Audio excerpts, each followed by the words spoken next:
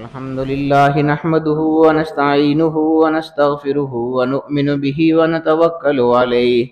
ونعوذ بالله من شرور أنفسنا ومن سيئات أعمالنا من يهده الله فلا مضل له ومن يضلله فلا هادي له ونشهد أن لا إله إلا الله وحده لا شريك له ونشهد أن سيدنا وشفيعنا ومولانا محمدا عبده ورسوله أما بعد فقد قال الله تبارك وتعالى في كلامه المجيد والفرقان الحميد أعوذ بالله من الشيطان الرجيم بسم الله الرحمن الرحيم يا أيها الذين آمنوا لا تقدموا بين يدي الله ورسوله واتقوا الله إن الله سميع عليم يا أيها الذين آمنوا لا ترفعوا أصواتكم فوق صوت النبي ولا تجهروا له بالقول كجهر بعضكم لبعض أن تحبط أعمالكم وأنتم لا تشعرون إن الذين يغضون أصواتهم عند رسول الله أولئك الذين امتحن الله قلوبهم للتقوى لهم مغفرة وأجر عظيم إن الذين ينادونك من وراء الحجرات أكثرهم لا يعقلون ولو أنهم صبروا حتى تخرج إليهم لكان خيرا لهم والله غفور رحيم وقال تعالى في شان حبيبه مخبرا وآمرا إن الله وملائكته يصلون على النبي يا أيها الذين آمنوا صلوا عليه وسلموا تسليما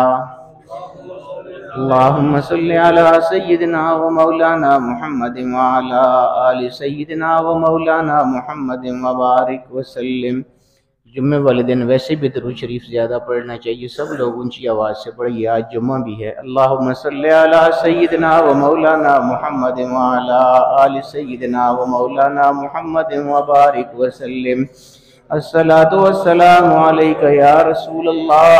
وعلى آلک واصحابک یا حبیب اللہ۔ الصلاۃ والسلام علیک یا شفیع المذنبین وعلى آلک واصحابک یا رحمۃ للعالمین۔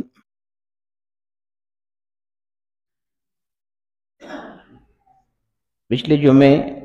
آپ کو جمعے کے حوالے سے کچھ باتیں بتائی تھیں، جمعے کے دن کی مناسبت سے، اور جمعہ کتنا اہم دن ہے، باقی ایام میں تمام دنوں کا سردار، اس کے بے شمار فضائل کچھ میں نے آپ کو بتائے تھے پچھلے جمعے، جمعۃ الوداع بھی تھا پچھلے جمعہ کو، اسی حوالے سے گفتگو ہوئی تھی، اور میں نے آپ کو یہ بھی بتایا تھا کہ جمعے کے ساتھ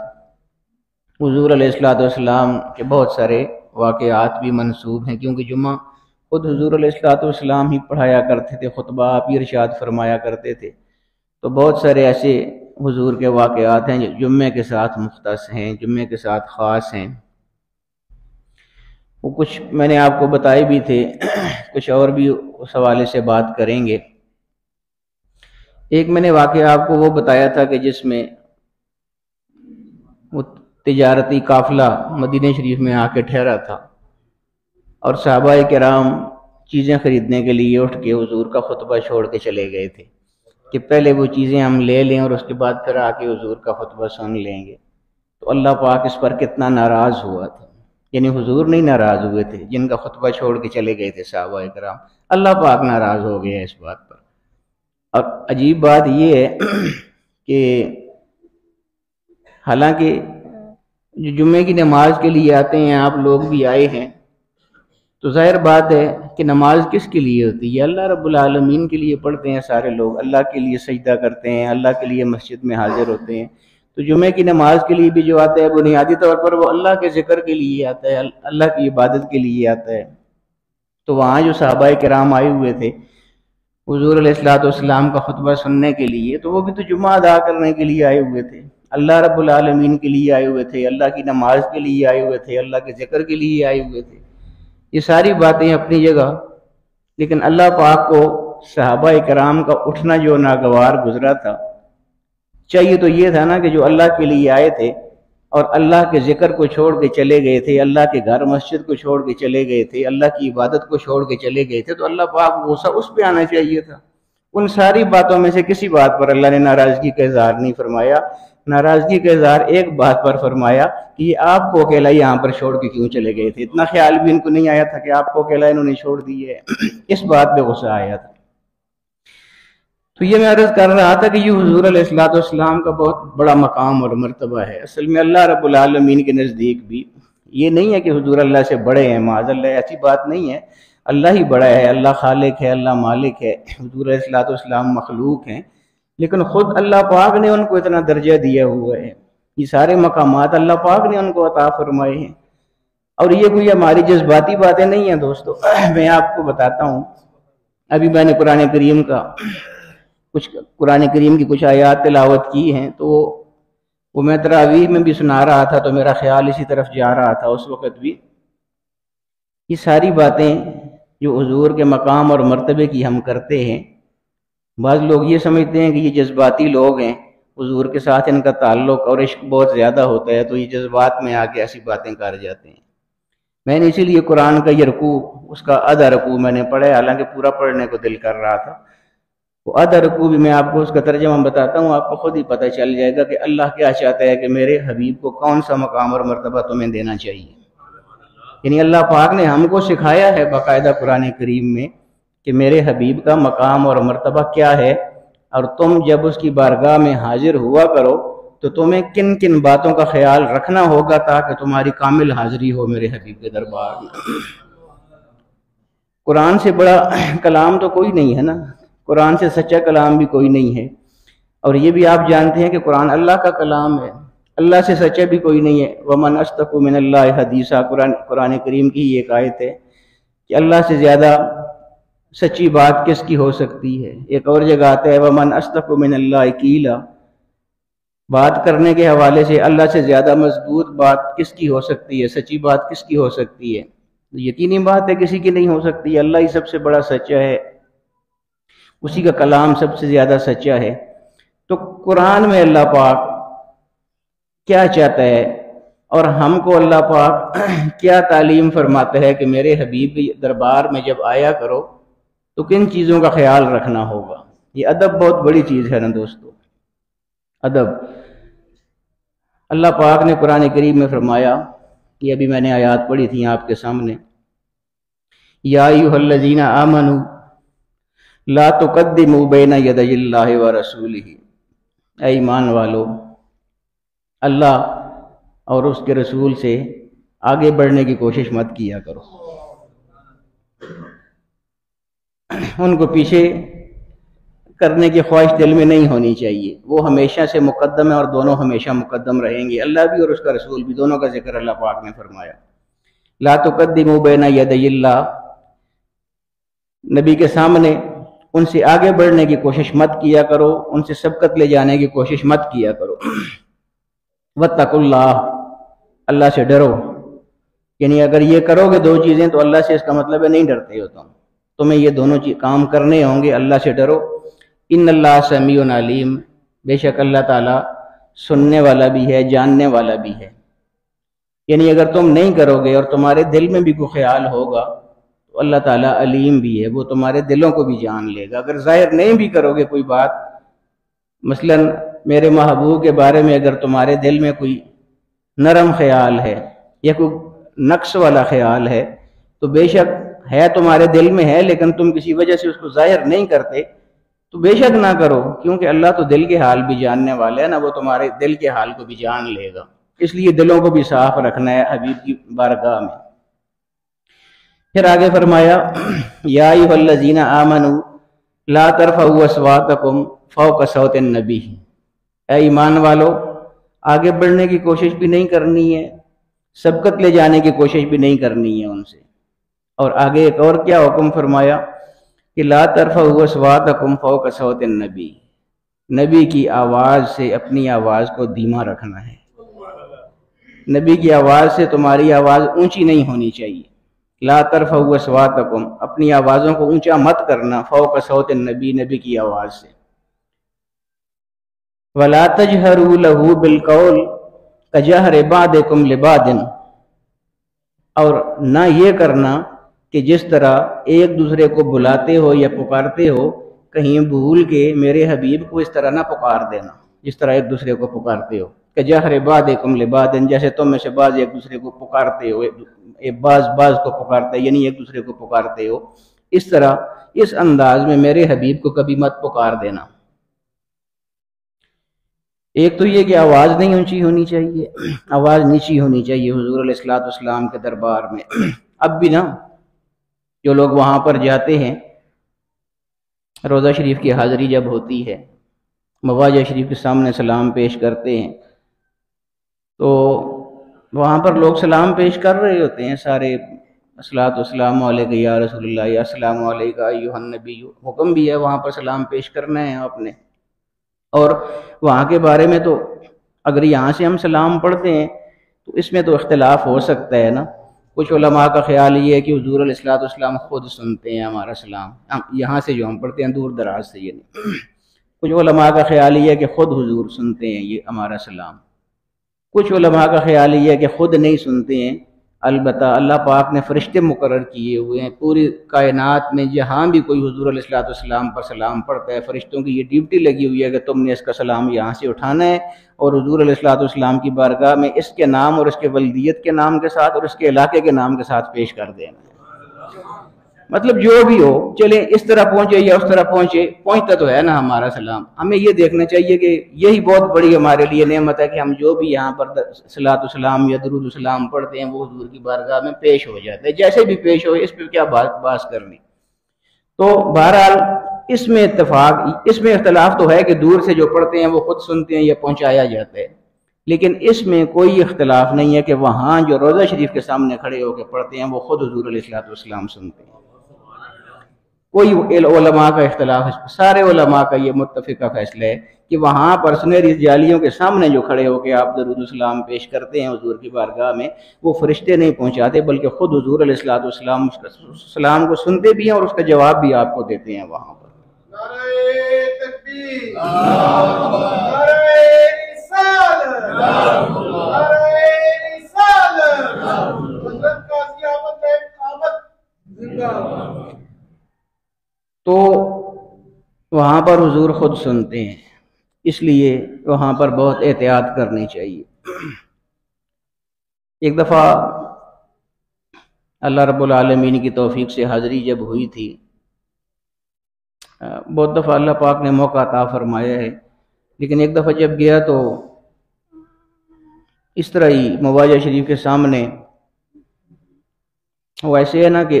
جو لوگ نہیں گئے ہوئے ان کے لیے میں تھوڑا سمجھا دیتا ہوں۔ یہ جو جس طرح یہ محراب ہے، آپ اگر اس کو محراب مسجد نبوی کا محراب سمجھے تو حضور علیہ الصلوۃ والسلام کا روضہ شریف نا، یہ یہاں یہ سامنے جو کھڑکی نظر آ رہی ہے پیچھے والی، اس جگہ روضہ شریف ہے۔ ادھر دروازے ہے جدھر سے لوگ آتے ہیں سلام کرنے والے، اب محراب اس طرف ہے، کعبہ اس طرف ہے، حضور علیہ الصلوۃ والسلام کا روضہ شریف ادھر اس جگہ ہے، تو یہاں سے گزرتے ہیں، ادھر سے باہر نکل جاتے ہیں، یہاں روضہ شریف کے سامنے سلام، ادھر منہ، یعنی جب روضہ شریف مواجہ شریف کی طرف یا جالیوں کی طرف جب منہ کرتے ہیں یہاں سے، تو قبلہ جو ہے وہ پیٹھ کے پیچھے آ جاتا ہے آدمی گھوم جاتا ہے کعبے والی طرف، جس طرح میں بیٹھا ہوں اس رخ پہ سلام پیش کرتے ہیں، کعبہ پیچھے رہ جاتا ہے۔ تو اسی طرح میں یہاں کھڑا تھا مواجہ شریف کے سامنے،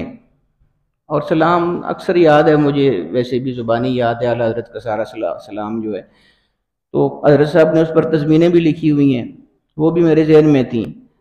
تو مجھے خیال آیا کہ اس میں تو کوئی اختلاف نہیں ہے نا کہ یہاں پر حضور سنتے ہیں، تو یہاں پر وہ سلام پیش کر دیتا ہوں، سارا آہستہ آہستہ پڑھ دیتا ہوں، حضرت صاحب کی بھی حاضری ہو جائے گی کہ ان کا لکھا ہوا سلام ہے، تزمین ہے، اور اعلیٰ حضرت کا سلام ہے جس پر تزمین ہے، تو اعلیٰ حضرت کی طرف سے بھی حاضری ہو جائے گی اور میری اپنی بھی ہو جائے گی۔ تو میں نے یہ مجھے پتا تھا کہ آواز اوپر لکھا بھی ہوا ہے، مزے کی بات یہ ہے کہ یہ جو آیت ہے نا قرآن کریم کی، یا ایھا الذین آمنوا لا ترفعوا اصواتکم فوق صوت النبی، اے ایمان والو نبی کی آواز سے اپنی آواز کو اونچا مت رکھنا، ان کی بارگاہ میں اپنی آواز کو پست رکھنا، نیچا رکھنا، یہ اوپر اب بھی روضہ شریف کے اوپر لکھی ہوئی ہے وہاں پر جہاں سلام پیش کرتے ہیں، وہ بھی سامنے تھی، میرے ذہن میں بھی تھا کہ یہاں بے ادبی ہوتی ہے، آواز نہیں نکلنی چاہیے، تو میں راستے میں نہیں کھڑا ہوا، کیونکہ یہاں سے لوگ گزر رہے ہوتے ہیں نا، سلام کرتے ہوئے آگے گزر جاتے ہیں، باہر نکل جاتے ہیں، پھر اور پیچھے سے آ رہے ہوتے ہیں، تو یہاں پر رکنا ٹھیک نہیں ہے۔ بعض لوگ یہ بھی کہتے ہیں نا کہ وہ جو وہاں پر پہرے دار یا چوکیدار ہوتے ہیں وہ کھڑا نہیں ہونے دیتے وہاں پر، تو وہ ہمارے تو جذباتی لوگ بھی ہوتے ہیں نا، تو وہ یہ کہتے ہیں کہ کھڑا اس لیے نہیں ہونے دیتے کہ وہ کہتے ہیں کہ شرک ہے اور بدعت ہے۔ ایسی بات نہیں ہے، وہ انتظامی حوالے سے کہہ رہے ہوتے ہیں کہ یہ راستہ ہے، یہاں سے جتنی مخلوق پیچھے سے آ رہی ہے انہوں نے سلام کرتے ہوئے آگے گزرنا ہے تاکہ پیچھے سے اور لوگ آ رہے ہیں، تو وہ انتظامی حوالے سے کہتے ہیں کہ آپ یہاں راستے میں مت کھڑے ہوں، اگر تھوڑا سا آپ پیچھے ہو گئے یعنی مسجد کی دیوار کے ساتھ ٹیک لگا کے کھڑے ہو جائیں، جتنی دیر مرضی آپ کھڑے رہیں، کچھ بھی نہیں کہتے وہ۔ تو یہ مجھے اندازہ تھا کہ یہاں راستہ ہے، یہاں نہیں یہ رکنے دیتے، تو میں اسی طرح پیچھے ہو کے کھڑا ہو گیا، جو قبلے والی دیوار ہے مسجد کی اس کے ساتھ ٹیک لگا کے بالکل پیچھے۔ اب میرے سامنے سے سارے لوگ گزر کے جا رہے ہیں، تو پیچھے دیوار کے ساتھ ٹیک لگا کے میں کھڑا ہو گیا اور میں نے سلام پڑھنا شروع کر دیا۔ سلام اتنا میں صرف اونچا پڑھ رہا تھا، آپ کو بتاؤں کہ مجھے خود بھی یعنی اس کی آواز مشکل سے آ رہی تھی، اتنی دھیمی، اب یعنی سرگوشی سے تھوڑا سا اونچا۔ نعرہ تکبیر، نعرہ رسالت، قبلہ حضرت صاحب، فیضان صدریہ، فیضان صدریہ، علماء اہل سنت۔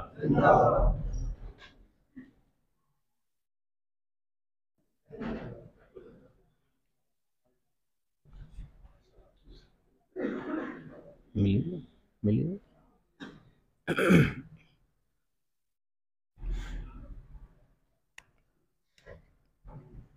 تو اب یہ نہیں، جو میں وہاں پر کھڑا تھا راستے میں کسی کے لیے رکاوٹ بھی نہیں بن رہی تھی، پیچھے ہو کے کھڑا تھا، مسجد نبوی کی جو قبلہ والی دیوار ہے یہ پیچھے والی، اس کے ساتھ ٹیک لگا کے کھڑا تھا، آگے سارا راستہ موجود تھا،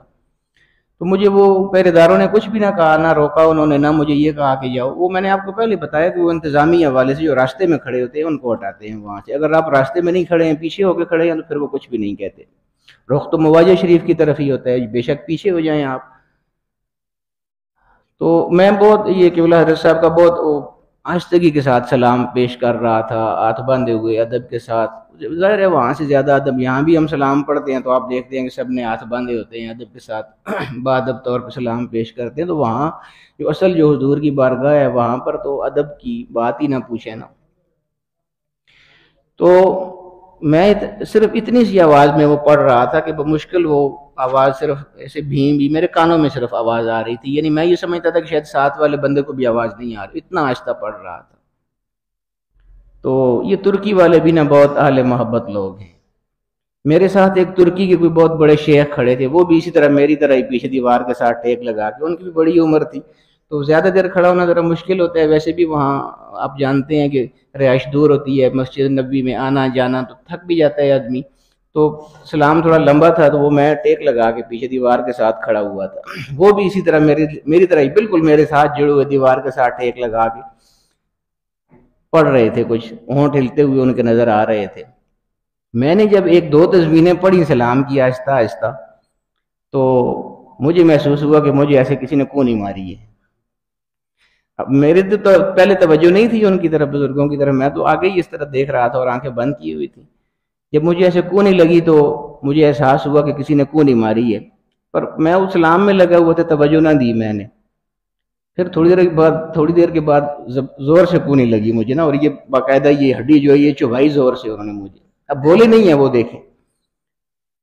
پھر میں نے مڑ کے دیکھا ادھر، تو دیکھا بہت بڑا ماما انہوں نے ماشاءاللہ پہنا ہوا تھا، سفید داڑھی ان کی، تو وہ پھر میں نے ان کی طرف دیکھا تو انہوں نے میرے کان میں ایسی سرگوشی کی کہ تم سلام پڑھ رہے ہو؟ میں نے کہا جی پڑھ رہا ہوں۔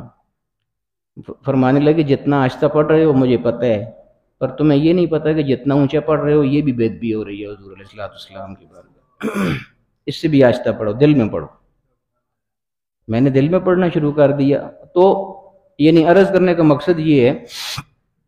کہ اس دربار کا ادب وہ بہت زیادہ ہے، اور یہ بھی میں بتاؤں آپ کو، یہ باتیں ضرور سمجھیے، یہ سمجھنے والی ہیں، بہت سے لوگوں کو اللہ پاک توفیق دیتا ہے وہاں جانے کی۔ دیکھیے وہاں بہت سارے لوگ اس کو جالی کو یا مواجہ شریف کو چومنے کی کوشش بھی کرتے ہیں، لوگ نہیں چومنے دیتے، وہاں جو پہرے دار ہیں چوکیدار ہیں وہ نہیں چومنے دیتے۔ اس پہ بھی اکثر لوگ یہ اعتراض کرتے ہیں کہ وہ چونکہ ہم بریلوی لوگ ہوتے ہیں اور ہم عشق کے ساتھ چومتے ہیں تو وہ لوگ ان چیزوں کو پسند نہیں کرتے، اس لیے ہم کو چومنے نہیں دیتے۔ ایسا نہیں ہے، ہر چیز کو نیگیٹو نہیں سوچنا چاہیے۔ مولانا اشرف علی تھانوی صاحب رحمۃ اللہ علیہ لکھتے ہیں کہ جب اس دربار میں جاؤ تو قریب ہونے کی کوشش مت کرو۔ ظاہر ہے جب چومیں گے جالی کو تو قریب ہوں گے نا، تو وہ کیا فرماتے ہیں، اب دیکھیے بات سمجھنے کی ہے نا، وہ فرماتے ہیں کہ زیادہ قریب ہونے کی کوشش مت کیا کرو۔ اب وجہ کیا لکھتے ہیں آگے وہ دیکھیے نا، اس کو سمجھیے۔ وہ فرماتے ہیں کہ زیادہ قریب ہونے کی کوشش مت کیا کرو، اور اللہ کا اس بات پر شکر ادا کرو وہاں پر کہ میرے جو اعمال تھے ان کی وجہ سے مجھے تو اس دربار کی حاضری بھی نہیں ملنی چاہیے تھی۔ اپنے اعمال پر ایک دفعہ نظر دوڑا لینا، پھر اگر اپنے آپ کو اس قابل سمجھو کہ اتنے ہو تم کہ وہاں سنہری جالیوں کو چومو تو پھر نزدیک ہونا، اور اگر اپنے اعمال پہ نظر ڈالنے کے بعد تمہیں محسوس ہو کہ میں تو اس قابل بھی نہیں تھا، کہ یہی ان کا بہت کرم ہے کہ مجھے یہاں کی حاضری کی توفیق ہو گئی ہے، میرے اعمال تو ایسے ہیں کہ مجھے یہاں آنے کی اجازت بھی نہیں ملنی چاہیے تھی، کہ جائے کہ میں آگے بڑھ کے تو اس جالی کو چومنے کی کوشش کروں، اتنا میں کہاں ہوں۔ ہمارے جسم گناہ گار، ہمارے ہونٹ گناہ گار، ان گناہ گار ہونٹوں کے ساتھ اس جالی کو چومنے کی کوشش کرتے ہو جا کر۔ اب یہ دیکھیے نا، یہ بہت بڑا پیغام ہے اور بالکل صحیح بات ہے۔ تو میں عرض کر رہا تھا کہ وہاں اپنی اپنی الگ الگ کیفیات ہوتی ہیں۔ اسی سفر میں نے یہ منظر بھی دیکھا، اسی وقت جب ہم سلام پڑھ رہے تھے، سلام پڑھ کے میں نے آپ کو بتایا کہ میں دیوار کے ساتھ ٹیک لگا کے کھڑا تھا۔ جب سلام ختم ہو گیا تو میں آگے بڑھا باہر نکلنے کے لیے دروازے سے۔ اب میں دیوار سے جو آگے ہوا نا، تو پہلے تو یہ راستہ آگے سے بنا ہوا تھا، جو لوگ آ جا رہے تھے وہاں سلام پیش کرتے ہوئے نکلتے جا رہے تھے۔ جب ہم لوگ آگے ہو گئے، میں اور وہ بزرگ ترکی والے، تو اب پیچھے جگہ خالی ہو گئی تھی گزرنے کے لیے، ہم آگے ہو گئے تھے، تو ایک زوردار چیخ سنائی دی، بہت زور کی چیخ۔ حالانکہ وہ بات ہے کہ وہ وہاں پر آواز اونچی کرنی تو منع ہے، لیکن وہ چیخ کوئی بے اختیار چیخ تھی نا، وہ اختیار والی نہیں تھی، اس لیے اس پہ گرفت بھی نہیں ہو گئی یقیناً۔ میں نے پیچھے مڑ کے دیکھا کہ اتنی اونچی چیخ کس نے ماری ہے، تو میں نے دیکھا کہ میرے پیچھے سے ایک اور بزرگ بھاگتے ہوئے وہاں سے گزر رہے تھے۔ جو لوگ سلام پیش کرتے ہیں نا، وہ آہستہ آہستہ چلتے ہوئے آتے ہیں، حضور کے مواجہ شریف کے سامنے کھڑے ہو کے ہاتھ باندھ کے سلام پیش کرتے ہیں اور پھر آگے نکل جاتے ہیں۔ وہ لوگ وہ جو پیچھے بزرگ جو پیچھے سے گزر رہے تھے نا وہ مواجہ شریف کی طرف، یعنی ایک تو یہ کہ قریب نہیں ہوئے تھے، پھر یہ کہ آہستہ نہیں گزرے تھے بلکہ بھاگ کے پیچھے سے گزر رہے تھے، اور گزرے کس انداز میں تھے، چیخ بھی ماری تھی۔ اور میں نے آپ کو بتایا کہ مواجہ شریف اس طرف ہے اور قبلہ اس طرف ہے، تو انہوں نے مواجہ شریف کی طرف اپنا چہرہ بھی نہیں کیا تھا، نہ انہوں نے سلام پیش کیا تھا، بلکہ مواجہ شریف کی مخالف سمت قبلہ کی طرف منہ کیا ہوا تھا اپنا، اور سیدھے بھاگ رہے تھے آگے، منہ اس طرف کیا ہوا ہے، اور اس طرف منہ کیا ہونے کے بعد بھی اپنا چہرہ رومال کے ساتھ ڈھانپا ہوا ہے ایسے۔ اب یہ کون سی حاضری ہے مجھے بتائیے؟ یہ وہ حاضری ہے، یعنی وہ بہت پہنچے ہوئے شخصیت تھی، ان کا خیال یہ تھا کہ میرا چہرہ اس قابل ہی نہیں ہے کہ حضور میرے چہرے پر نظر ڈالیں،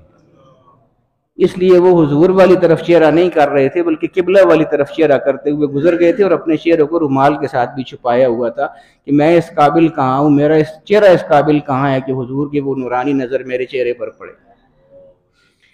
یہ کیفیات ہے نا وہاں، ادب وہی بات ہے، یہ قرآن کریم میں جو اللہ پاک نے فرمایا کہ یا ایھا الذین آمنوا لا ترفعوا اصواتکم فوق صوت النبی، تو آواز بھی اونچی ہو جائے، ادب کی بات چل رہی تھی، حضور کی آواز سے اگر آواز اونچی ہو گئی تو آگے پھر نقصان کیا ہوگا، وہ بھی اللہ پاک نے قرآن کریم میں فرمایا۔ آگے فرمایا کہ تم کو آگاہ کر دی ہے کہ میرے حبیب سے اپنی آواز کو اونچا مت کرنا، دھیما رکھنا، اور اگر تم نے آواز اونچی کر دی میرے محبوب سے، یا میرے محبوب کو آپس میں جس طرح ایک دوسرے کو بلاتے ہو اس طرح اگر بلا لیا، تو نقصان تمہیں کیا اٹھانا پڑے گا، ان تحبط اعمالکم وانتم لا تشعرون، تمہیں پتہ بھی نہیں چلے گا، صرف ایک دفعہ میرے حبیب کی بارگاہ میں آواز اونچی کر دی، یا اس کو ایک دفعہ اپنی طرح بلا لیا، آپس میں ایک دوسرے کو جس طرح بلاتے ہو ایک دفعہ یہ حرکت کرنے کی وجہ سے نقصان یہ ہوگا کہ زندگی میں جتنے بھی اچھے اعمال کیے تھے وہ سارے کے سارے اسی وقت ضائع ہو جائیں گے، کوئی بھی باقی نہیں رہے گا۔ یہ ادب کون سکھا رہا ہے؟ اللہ پاک سکھا رہا ہے۔ کس کو سکھا رہا ہے؟ یا ایھا الذین آمنوا، اے ایمان والو، ہم کو سکھا رہا ہے لا تقدموا بین یدی اللہ، اے ایمان والو یہ کام نہ کرنا ہے، اے ایمان والو یہ ہمیں سکھا رہا ہے اللہ پاک یہ سارے آداب حضور علیہ الصلوۃ والسلام کے۔ پھر آگے دیکھیے، ان الذین یغضون اصواتهم عند رسول اللہ اولئک الذین امتحن اللہ قلوبهم للتقوی لهم مغفرۃ واجر عظیم۔ یہ آواز اونچی، یہ بھی صحابہ کرام میں بھی عجیب عجیب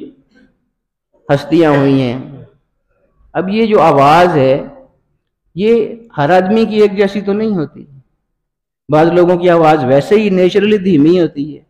بعض لوگوں کی آواز بہت اونچی ہوتی ہے۔ ہمارے یہاں بھی دیکھیں، یہ مولانا یوسف صاحب ہیں، یہ راجہ شمیم صاحب بیٹھے ہوئے ہیں ماشاءاللہ، کبھی اگر بجلی نہیں ہوتی ہے تو نماز کے دوران تکبیر کیا نہیں پڑ جائے تو ان دونوں کی آواز ماشاءاللہ ایسی ہے کہ اللہ اکبر کرتے ہیں تو وہ پیچھے تک آواز جاتی ہے برآمدے تک۔ یہ قدرتی چیزیں ہیں نا، میرے کہنے کا مقصد یہ کہ ہر آدمی کی مختلف ہوتی ہے آواز، کسی کی اونچی ہوتی ہے، کسی کی دھیمی ہوتی ہے۔ ایک صحابی تھے جن کی آواز اسی طرح راجہ صاحب کی طرح بہت اونچی آواز تھی، یعنی وہ جان بوجھ کے اونچا نہیں بولتے تھے بلکہ آواز ہی اونچی تھی، نیچرلی اونچی تھی، جب بولتے تھے تو بہت اونچا بولتے تھے۔ اب یہ میں صحابہ کرام پہ آپ یقین کریں، قربان جائیں، کیا ان کی سوچ تھی، کیا حضور علیہ الصلوۃ والسلام کے ساتھ ان کا عشق تھا۔ جب یہ آیت نازل ہوئی نا، یا ایھا الذین آمنوا لا ترفعوا اصواتکم فوق صوت النبی ولا تجہروا لہ بالقول کجہر بعضکم لبعض ان تحبط اعمالکم وانتم لا تشعرون، کہ نبی کی آواز سے آواز اونچی نہ ہو ورنہ سارے کے سارے اعمال ضائع کر دیے جائیں گے۔ اب ان کی آواز تھی اونچی صحابی کی، یہ روتے ہوئے حضور علیہ الصلوۃ والسلام کی بارگاہ میں حاضر ہو اور عرض کی کہ یا رسول اللہ، آپ کو تو پتہ ہے میری آواز ویسے ہی اونچی ہے،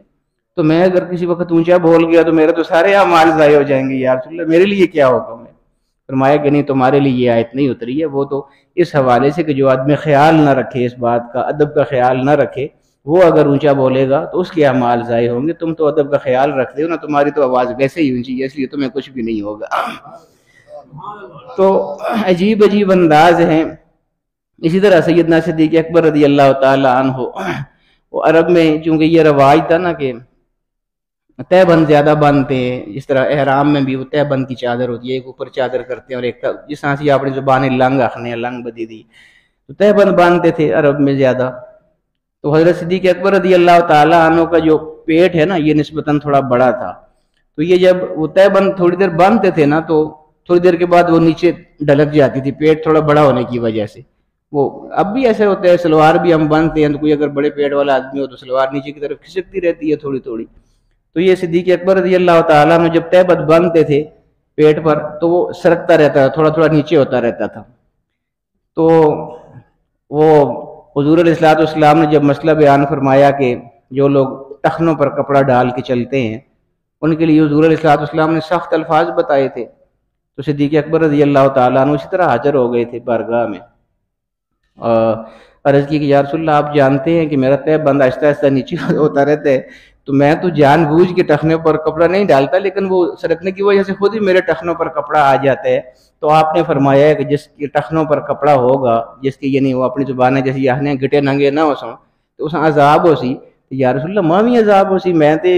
جان بوجھ کے اپنے ٹخنے جڑے نے انہیں چھپاندا، آپ ہی کپڑا تلا ہو جلدا تھوڑا جہا میرے گٹے چھپ جلدے نے۔ تو حضور نے فرمایا کہ نہیں، وہ ساری بات نیت کی ہوتی ہے، وہ تو اس حوالے سے ہے کہ جو تکبر کے ساتھ، جس کی نیت تکبر والی ہو اور اپنی شلوار کو اتنا لمبا رکھے کہ اس کے پاؤں پورے چھپے ہوئے ہوں۔ اس وقت میں ایسے بادشاہ بھی ایسے کرتے تھے، ان کے ایسے کپڑے ہوتے تھے، پھر بادشاہوں کی جو بیگمات ہوتی تھی ان کے ایسے کپڑے ہوتے تھے کہ وہ خود آگے جا رہی ہوتی تو کپڑا پیچھے گھسٹتا ہوا آ رہا، تو وہ تکبر کی ایک علامت کے طور پر استعمال کرتے تھے۔ تو حضور نے فرمایا کہ نہیں، وہ تو جو تکبر کرتے ہیں ان کے حوالے سے یہ آیت ہے، تم تکبر کے لیے تو نہیں کرتے ہو نا، تمہاری تو ویسے ہی تہ بند نیچے ہو جاتا ہے، اس لیے تمہیں کوئی تکلیف نہیں اٹھانی پڑے گی، تمہیں پریشان ہونے کی ضرورت نہیں ہے۔ تو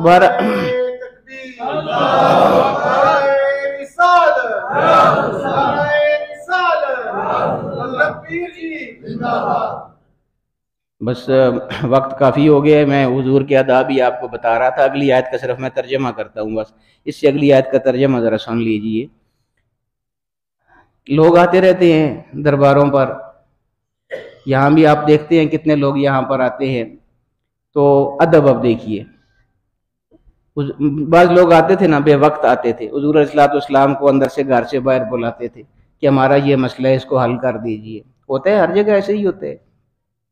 صحابہ کرام کو بھی جب کوئی مسئلہ ہوتا تھا تو وہ آتے تھے کہ حضور علیہ الصلوۃ والسلام سے یہ مسئلہ ہم حل کروا لیں، کوئی مشکل کوئی پریشانی ہوئی تو مشکل پریشانی میں آتا ہے، ہر بندہ آتا ہے، ظاہر بات ہے، جب پتہ ہے کہ یہ میرا مسئلہ حل کر دیں گے تو آدمی آتا ہے۔ ہمارے پاس بھی لوگ آتے رہتے ہیں، کسی بھی وقت کوئی آ سکتا ہے، تو وہ جب بھی کوئی آتا تھا تو وہ حضور کو باہر بلاتا تھا اپنے مسئلے کے لیے۔ اب حضور علیہ الصلوۃ والسلام کو بار بار کسی نہ کسی کا مسئلہ سننے کے لیے باہر آنا پڑتا تھا، تکلیف ہوتی تھی حضور کو، لیکن حضور تو رحمت للعالمین ہے نا، انہوں نے کبھی منع نہیں کیا کہ اس طرح بے وقت مجھے نہ بلایا کرو باہر، اللہ پاک نے منع فرما دیا۔ اگلی آیت کا ترجمہ دیکھیے، ان الذین ینادونک من وراء الحجرات، جو لوگ حجرے کے باہر سے آپ کو آوازیں دے کے بار بار بلاتے ہیں، اکثرہم لا یعقلون، عقل ہی نہیں ہے ان میں، بے عقل لوگ ہیں وہ۔ یہ اللہ پاک آداب سارے سکھا رہا ہے نا، ان الذین ینادونک من وراء الحجرات اکثرہم لا یعقلون، اکثریت ان میں ایسی ہے کہ ان میں عقل نہیں ہے، شعور نہیں ہے، ان کو یہ سمجھ نہیں ہے کہ نہیں بلانا ہے آپ کو باہر بار بار، تو پھر نہیں بلانا ہے تو پھر کیا کرنا چاہیے؟ اگلی آیت اتاری، وَلَوْ أَنَّهُمْ صَبَرُوا حَتَّى تَخْرُجَ إِلَيْهِمْ، ان کو یہ چاہیے کہ باہر انتظار کریں یہاں تک کہ آپ اپنی مرضی سے جس وقت چاہیں باہر نکلیں۔ وَلَوْ أَنَّهُمْ صَبَرُوا، چاہیے یہ کہ وہ باہر صبر کریں جب آ جائیں، حَتَّى تَخْرُجَ إِلَيْهِمْ، یہاں تک کہ آپ اپنی مرضی سے باہر نکلیں، لَكَانَ خَيْرًا لَهُمْ، تو وہ باہر جو آوازیں دے رہے ہیں ان کے لیے یہ بہتر ہے کہ وہ صبر کیا کریں اور خود آپ ان کے لیے باہر آئیے، ان کے لیے بہتر ہوگا۔ یہ کون آداب سارے سکھا رہے ہیں ہم کو؟ اللہ پاک سکھا رہا ہے۔ تو میں یہ عرض کر رہا تھا کہ حضور علیہ الصلوۃ والسلام کے آداب، ان کی عظمت، ان کا مقام ہے ہی بہت زیادہ ہے۔ اللہ رب العالمین ہمیں حضور کا مقام سمجھنے کی توفیق عطا فرمائے۔ وآخر دعوانا الحمد